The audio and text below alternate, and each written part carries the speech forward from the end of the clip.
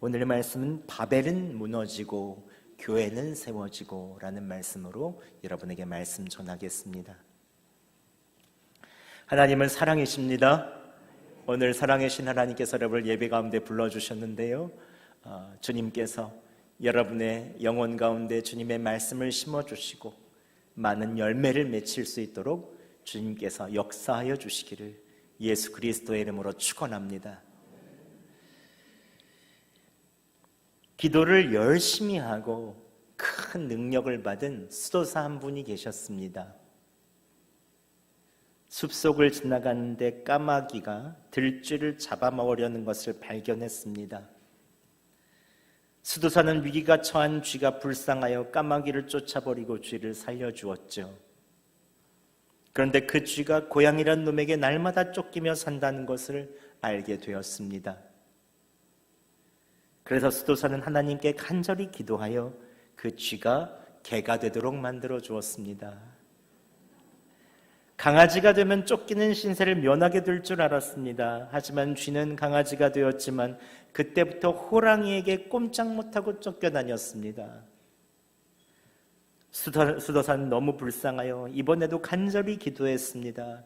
주님, 그 강아지를 호랑이로 만들어 주시옵소서. 그 개는 호랑이가 되었습니다. 그런데 이제 더 심각한 문제가 생겼습니다. 그 호랑이가 된 쥐는 이전에 자신을 생각하지 못하고 자꾸 주변에 강아지만 보면 괴롭히고 고양이를 봐도 괴롭히고 들쥐를 보면 들쥐도 괴롭혔습니다. 심지어 수도사가 호랑이에게 그렇게 하지 말라라고 만류해도 심지어 고마운 줄도 모르고 나는 짐승의 왕이라고 하면서 수도사도 아니 곱게 굴면 없애버리려는 생각까지 품게 되었습니다. 이 사실을 안 수도사는 어느 날 다시 간절히 기도했습니다. 그 호랑이가 들쥐가 되게 하여 주시옵소서.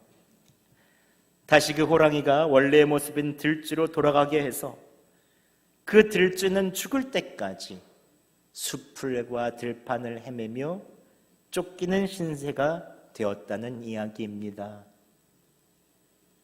이 우화는 우리에게 어떤 교훈을 줍니까?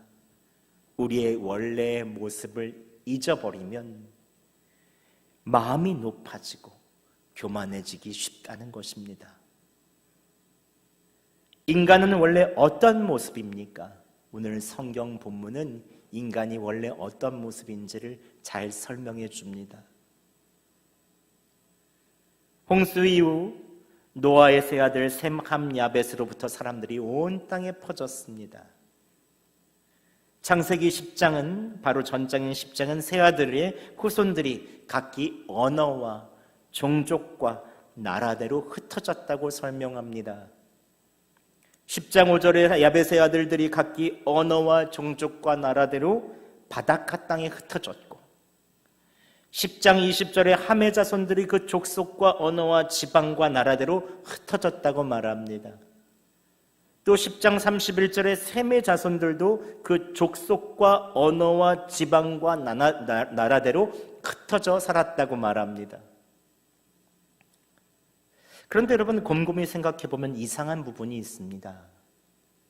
노아의 심판 이후 노아의 세 아들들은 같은 언어를 썼을 텐데 어떻게 언어와 종족과 나라대로 흩어졌을까요? 오늘 본문인 창세기 11절은 이 흩어짐 이후에 연이어서 어떻게 인간의 언어가 나뉘어지고 인류가 흩어지게 됐는지를 보여줍니다. 하나님의 심판 이후 온 땅의 언어는 하나였고 말이 하나였습니다. 노아와 그 가족들밖에 없었으니까 하나의 언어였겠죠. 노아의 자손들은 방주가 머물었던 아라산에서 동방으로 이동하다가 시날 평지에 살게 됩니다. 보면 시날 평지는, 시날이라는 말은 두 강 사이라는 뜻으로 비옥한 초생달 지역에 티그리스 강과 유프라테스 강 그 중간 사이에 있는 것이 바로 시날 평지입니다. 물이 많고 아주 비옥한 평원이었죠. 노아의 자손들은 여기에 정착하여 벽돌을 굽고 역청을 만들고 진흙 삼아 성과 탑을 건설합니다. 이것은 굉장히 혁신적인 기술이죠. 이전까지는 돌을 깎아서 세웠는데 이제는 벽돌을 굽고 진흙을 발랐는데 이제 역청을 발랐습니다. 그리고 이렇게 말합니다. 4절을 함께 세 번역으로 저희가 봉독해 보겠습니다. 시작. 그들은 또 말하였다. 자, 도시를 세우고 그 안에 탑을 쌓고서 탑 꼭대기가 하늘에 닿게 하여 우리의 이름을 날리고 온 땅 위에 흩어지지 않게 하자. 노아의 자손들은 그냥 겉으로 보면 별 이상이 없어 보입니다. 도시를 세우고 문명을 이루고 탑을 높이 쌓는 것이 무엇이 문제겠습니까? 그런데 문제는 무엇입니까? 탑을 하늘까지 쌓게 해서 우리의 이름을 날리자는 것입니다. 하늘까지 닿게 하자. 인간의 노력과 인간에 있는 모든 공로들을 높여서 하나님과 같이 되게 하자. 우리의 이름을 날리게 하자. 하나님께 영광을 돌리는 게 아니라 인간, 우리가 영광을 받게 하자. 여기에서 죄 중에서 가장 심각한 한 가지 죄, 교만을 볼 수 있습니다. 우리는 원래의 모습을 기억할 필요가 있죠. 창세기 3장의 죄의 시작은 무엇이었습니까? 여러분, 교만에서 시작합니다. 사단이 아담과 하와에게 선악과를 먹으면 하나님과 같이 될 것이란 유혹을 하죠. 그 유혹에 넘어가서 아담과 하와는 선악과를 따먹습니다.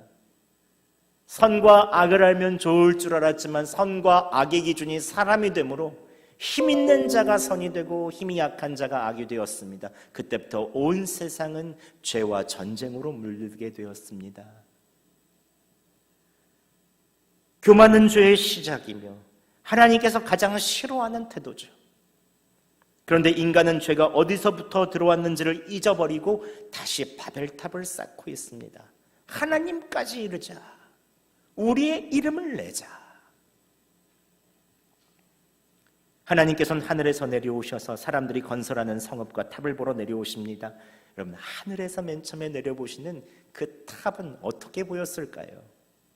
전 우주를 만드신 그 하나님께서 지구에 있는 그 신할 평지 작은 곳에서 내는 그 탑 조그마한 것을 어떻게 보셨을까요? 먼지보다도 더 작게 보셨을 것입니다.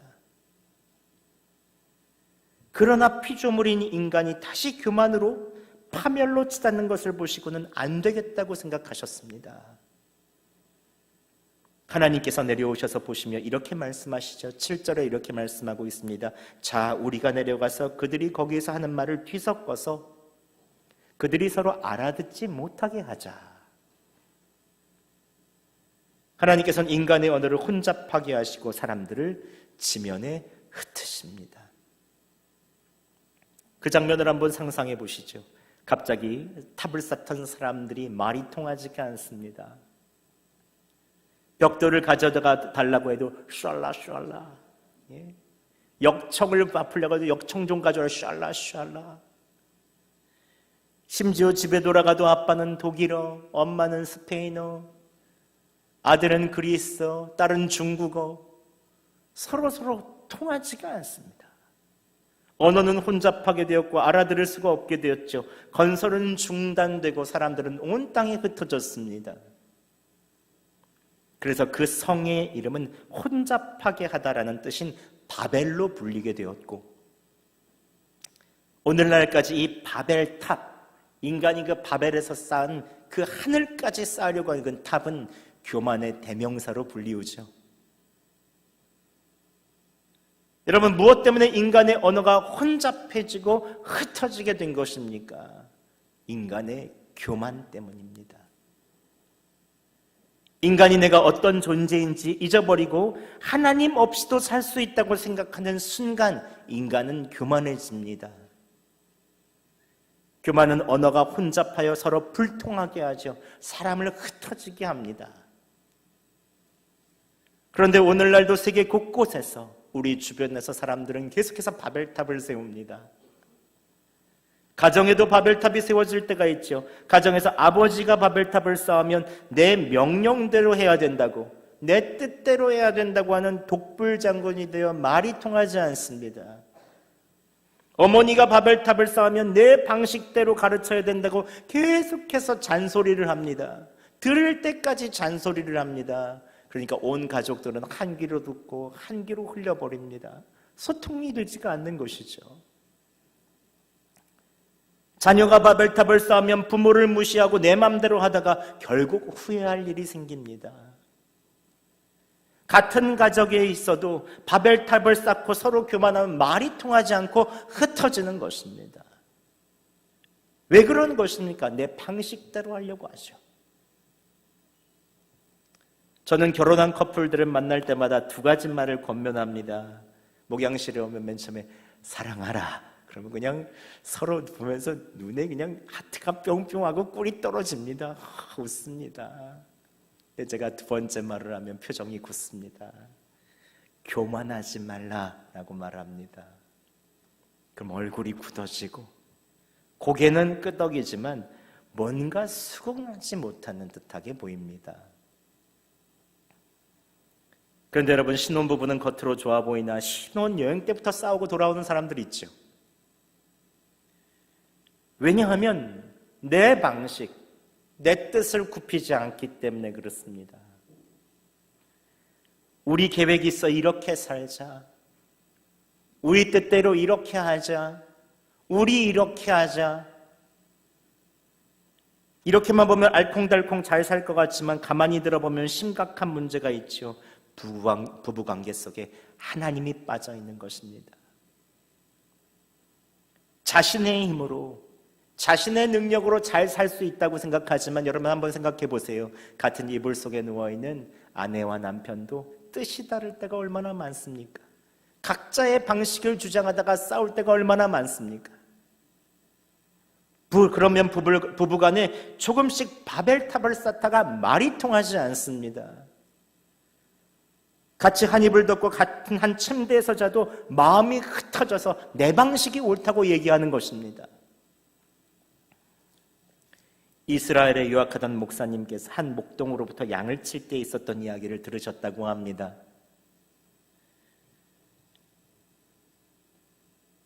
깻목을 보관하고 있던 헛간에서 불이 확 붙었는데 양떼들이 깻목 타는 고소한 냄새를 맡고 막 불타고 있는 그 깻목 더미로 막 달려가더라는 거예요. 목자는 급히 달려가서 양떼를 불구덩이에서 떼어놓기 위해서 작대기를 휘두르고 소리를 지르면서 저리 가라고 얘기했습니다. 근데 한 무리를 떼어놓으면 다른 무리가 불에 막 달려오고 한 무리를 떼어놓으면 다른 무리가 또 불에 막 달려왔다고 합니다. 그렇게 뛰어다니는 중 다행히 불길이 잡혀 양떼들이 살긴 살았지만 뜨거운 그 불기운 때문에 목동은 몇 주일간 병원 신세를 져야 됐다고 합니다.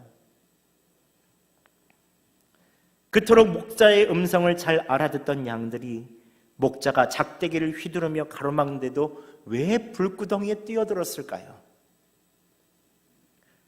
고소한 깻목 냄새 때문에 목자의 음성도 거부하는 것입니다. 내가 원하는 것, 내가 좋다고 생각하는 것을 달려가다 보면 목자의 음성을 듣지 못하는 것입니다. 이것이 우리의 모습일 수 있죠. 목자의 음성을 들어야 되는데 내가 좋아하는 것만 나오면 욕심에 눈이 멀어 귀가 막혀서 주님의 음성을 듣지 못하고 내가 원하는 대로 살려고 하는 것입니다. 이렇게 사는 것이 교만입니다. 이게 바벨탑을 쌓는 것이죠. 역사 속의 거대한 제국들을 생각해 보세요. 힘이 없어서 무너진 것이 아니라 힘이 넘쳐서 무너졌습니다. 교만한 왕들은 독불장군이 되어 신하들의 말을 듣지 않다가 무너지고, 교만한 나라들은 잔혹하게 다른 나라들을 점령하고 대화하지 않고 덕으로 다스리지 않다가 결국 그 나라의 역공을 받습니다. 교만한 수많은 사람들이 패망의 길로 갔습니다. 잠언 16장 18절 말씀 저희가 함께 봉독해 보겠습니다. 시작. 교만은 패망의 선봉이요 거만한 마음은 넘어집의 앞잡이니라. 아멘. 하나님께서 교만을 싫어하시는 이유는 무엇일까요? 우리를 사랑하시기 때문에 그렇습니다. 교만은 우리를 파멸로 몰아넣습니다. 그래서 하나님께서는 교만한 사람들이 모인 곳에 파멸까지 이르기 전 언어를 혼잡하게 하고 흩으시고 분열시켜 놓으시는 것입니다. 여러분 주변에 자꾸 흩어지는 일이 있습니까? 갈라지는 일이 있습니까? 분열이 되는 일들이 있습니까? 그러면 욕심의 눈이 멀어 내가 원하는 대로 살고 있는가? 하나님이 원하시는 대로 살고 있는가? 반드시 점검해 봐야 됩니다. 이것은 사람의 눈이 보기엔 너무나 아픈 일입니다. 힘든 일입니다. 갈라지고 찢어지고 분열되고 흩어지고. 그렇지만 이것을 하나님의 눈으로 보시기 바랍니다. 혼잡함과 갈라짐, 흩어짐은 사람에게 축복일 수 있습니다. 그러면서 내 힘의 한계를 깨닫고 더 하나님을 의지하게 되죠. 깨닫게 되는 것입니다. 한 남집사님 한 분께서 사업이 너무 힘들어 극단적인 생각까지 했다고 합니다. 아무리 이리 뛰고 저리 뛰고도 부도를 막을 수가 없더라는 거예요. 너무 힘들어서 새벽녘에 3시 정도에 집에 들어갔는데 소리가 들려서 가만히 들어보니 아내가 건넌방에 들어가서 밤새도록 눈물로 자신을 위해서 기도하고 있더라는 거예요. 그때 정신이 번쩍 드는데 침실에 와서 무릎을 꿇고 회개하며 기도하는데 뜨거운 눈물과 함께 내 고집, 내 계획, 주변 사람들이 이야기하고 하나님이 든다도 듣질 않았구나라고 하는 뜨거운 회개가 나오더라는 거예요. 그때부터 하나님께서 이상하게 회복시키실 것이 믿어지더라는 거예요. 그때부터 매일 예배 드리면서 기도하는데 하나님께서 만남의 축복을 주시고 주변에 공급함을 주시고 안 될 것 같았던 일이 되면서 사업이 점차 회복되었다고 합니다. 내 힘으로 하려고 했던 그 사업의 바벌탑이 무너지고 나서 그 가정에 평화가 찾아온 것입니다. 한 여집사님 한 분은 하루는 몸이 아파 자리에 누워있는데 끙끙 앓고 있는데 퇴근하고 들어온 남편이 자신의 머리에 손을 얹고 기도를 해주더랍니다. 그런데 요즘 남편과 말이 통하지 않아서 불만이 참 많았는데 기도해주는 순간 마음속에 뭉쳐있던 것이 쑥 내려가더래요. 너무 행복했다고 고백하는 것을 들었습니다. 또 다음날 신기하게도 몸이 낫더래요. 서로 간에 있었던 바벨탑이 마음을 내려놓고 주님을 의지하니 무너진 것입니다. 여러분, 우리의 삶을 돌아보면 가장 문제가 없어야 할 것이 가정과 교회죠. 그런데 가장 문제가 많은 곳이 또 가정과 교회이기도 합니다. 왜 그럴까요? 우리의 대적 사단은 그 공동체, 믿음의 공동체를 어떻게 해서라도 흐트러 놓으려고 하거든요.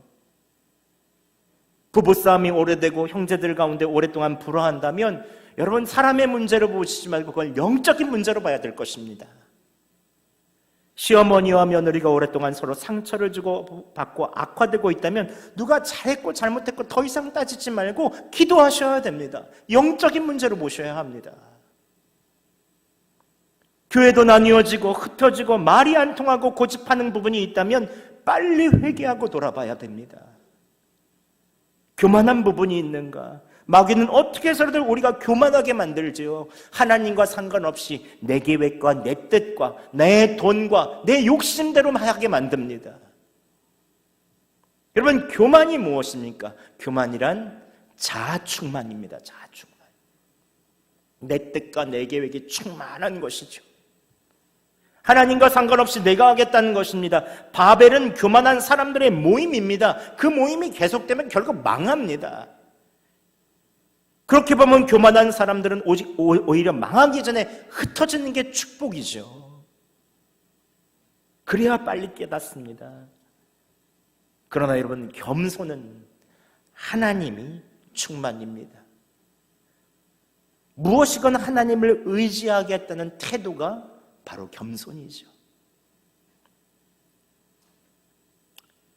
예수님께서는 승천하시고 120명의 제자들에게 예루살렘을 떠나지 말고 그곳에 성령을 기다리라고 말씀하시죠. 120명의 제자들은 예수님께서 말씀하신 대로 약속하신 성령을 기다리며 기도하고 있었습니다. 오순절에 예수님께서 약속하신 바람과 불과 같은 성령이 강하게 역사하셨죠.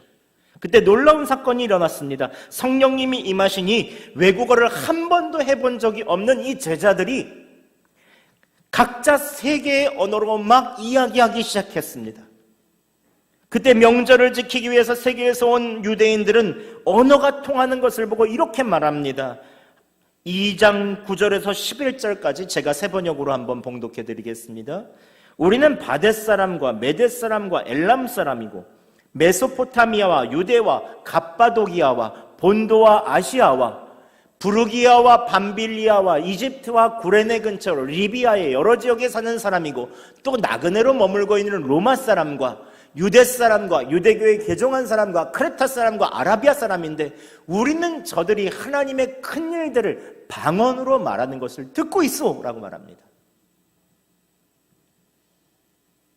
사람들이 모두 놀라서 이게 어떻게 된 일이요? 언어가 다 다른데 그 얘기를 똑같이 말하고 우리가 똑같이 듣고 있네. 예수의 여기신 성령님이 충만히 임하시니 사람의 언어가 통하기 시작합니다. 교만으로 쌓아뒀던 그 바벨성에서는 언어가 흩어지는데 하나님의 영이 충만한 그곳에서는 언어가 하나 되기 시작합니다. 소통이 됩니다. 성령님이 사람들에게 충만히 임하니 언어의 장벽, 민족의 장벽이 무너지고 모두 하나가 됩니다.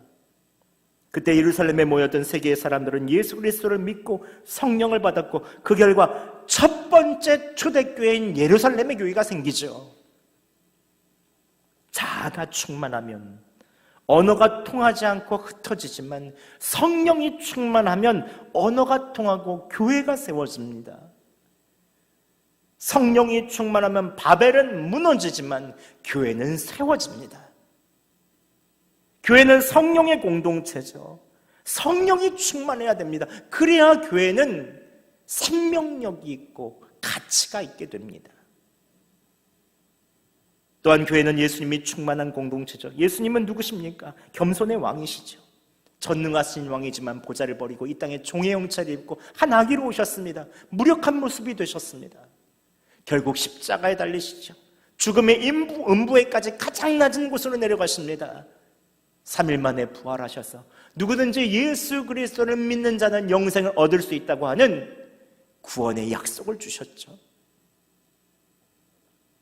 교회는 겸손의 왕이신 예수 그리스도를 믿고 의지할 때 하나님께서 성령을 부어주십니다.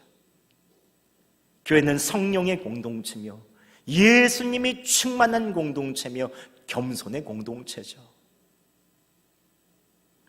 그렇다면 어떻게 하면 우리의 교만을 내려놓을 수 있을까요? 자아가 충만하고 하나님 없이 내 뜻과 내 방식대로 하려고 하는 이 뿌리 깊은 교만의 습관에서 벗어나 어떻게 하면 겸손하게 성령 충만하게 살 수 있을까요? 우리가 성령 충만하게 사는 비결은 너무나 간단합니다. 자꾸 하나님 없이 내 힘대로 내 방식대로 하라고 부추기는 마귀에게 있어서 있는 그 유혹에 꼭 문을 닫는 것입니다. 그리고 성령님께 마음을 활짝 여는 것이죠. 여러분, 중국에 있는 만리장성은 북에서 침입하는 외적을 막기 위한 성벽으로 높이 9m, 두께가 5m가 넘고 길이는 3,000km가 넘는 거대한 성벽입니다. 이 성벽은 기어 오를 수 없을 만큼 높고 무너뜨릴 수 없을 만큼 두껍고 돌아갈 수 없을 만큼 큰 성벽입니다. 그런데 만리장성이 완성된 이후 처음 100년 동안 중국은 3번이나 외적에게 침입을 당했습니다. 그렇지 않아야 하는데 그것은 만리장성에 결점이 있었기 때문이 아니었습니다. 만리장성의 문지기가 뇌물을 받고 문을 열어주었기 때문에 그렇다고 합니다. 우리의 마음도 이와 같습니다. 우리의 마음을 단속해야 합니다. 그러나 여러분, 마음문이 눈에 보이는 것도 아니고 어떻게 마음문을 단속하고 성령님께 문을 여는 것을 구체적으로 하라는 것입니까? 아주 간단합니다. 예수님을 바라보시기 바랍니다. 누구든지 계속 바라보면 점점 사랑하게 되어 있습니다. 나와 24시간 함께 하시는 그 예수님 바라보면 조건 없이 우리를 사랑해 주시는 그 주님께 감사하며 점점 사랑하게 되죠. 세상의 모든 사람 날 버려도 예수님 나를 안 버린다. 그 사랑의 깊이와 넓이와 높이를 깨닫게 됩니다. 그러면 사랑하게 되고, 사랑하면 함께 있는 것이 즐겁죠. 하기 싫은 것도 할 수 있습니다. 리더십 분야의 세계적인 권위자 존 맥스웰이 고등학교 때 집에서 가장 하기 싫은 일이 설거지였다고 합니다. 남자가 무슨 설거지를 해? 그러면서 되게 싫어했다고 합니다. 그런데 고등학교 때 좋아하는 여학생이 생겼습니다. 틈만 나면 여자친구의 집에 놀러 갔는데 공교롭게도 그 여자친구가 설거지를 하고 있을 때가 많았습니다. 그런데 이 맥스웰은 주저없이 그녀 옆에서 설거지를 같이 했고, 사랑하는 사람 옆에서 하니까 설거지가 그렇게 즐거울 수가 없더래요. 나 설거지 잘하지 하면서 하는 거죠. 누군가를 사랑하게 되면 하기 싫은 일도 즐거운 일로 바뀝니다. 저도 뜨거운 사랑을 할 때가 있었습니다. 제 아내와 처음 사귀기로 하고 마음문을 활짝 여니 아침부터 저녁까지 그렇게 보고 싶은 거예요. 그래서 아내가 취업이 되어 첫 출근을 하는 날이 됐는데 제가 새벽같이 가서 버스 정류장에서 이렇게 몰래 기다리고 있었습니다. 깜짝 놀래주려고. 근데 그날이 영하 12도였습니다. 앞에 칼바람이 부는데 와, 정말 춥더라고요. 아내가 나오는 아파트 쪽을 수없이 바라보고 기다리고 또 기다렸습니다. 30분 정도 지났을까? 아내의 얼굴이 뿅 하고 나타나는 순간 모든 어려움과 추위는 다 물러가고 제 얼굴에 환한 미소가 가득했습니다. 손을 꼭 붙잡고 버스 타고, 제 아내가 그때 서울의 개포동에 살고 있었는데 서울역에 있는 직장까지 함께 가는데 얼마나 기분이 좋든지 시간 가는 줄 모르겠더라고요. 예. 근데 오늘 제 아내한테 물어보니까 그때 좀 부끄러웠대요. 직장 앞에서 남자친구랑 첫날부터 같이 가야 되니 부끄러웠다는 거예요. 그렇지만 저는 그렇지 않았습니다. 예. 얼마나 좋았던지. 여러분, 주님께 마음을 열어보세요. 사랑하며 언제나 함께 하시는 주님의 그 사랑하시는 그 눈길을 한번 바라보세요. 그분은 아름다운 분입니다. 그분은 멋진 분입니다. 그분은 사랑이 많은 분입니다. 그분은 우리가 손을 내밀게만 하면 가장 따뜻한 손으로 잡고 인도해 주시는 분이십니다. 매일 주님께 물어보세요. 어떻게 해야 될까요? 주님, 나와 함께 있어 주세요. 오늘은 좀 어려운 일이 있습니다. 주님을 바라보시고 주님께 물어보시고 주님과 동행하시기를 바랍니다. 이젠 내 방식, 내 계획, 내 힘을 내려놓고 그분께 묻고 대화를 시작해 보세요. 하나님 없이 하려는 것에 이제 마음문을 닫고 주님께 마음문을 열어보시기 바랍니다. 주님은 우리를 하나 되게 하시며 성령 충만하게 하여 주실 것입니다. 이번 한 주 여러분의 가정이 하나 되고 교회가 세워지는 아름다운 한 주가 되기를 예수 그리스도의 이름으로 축원합니다.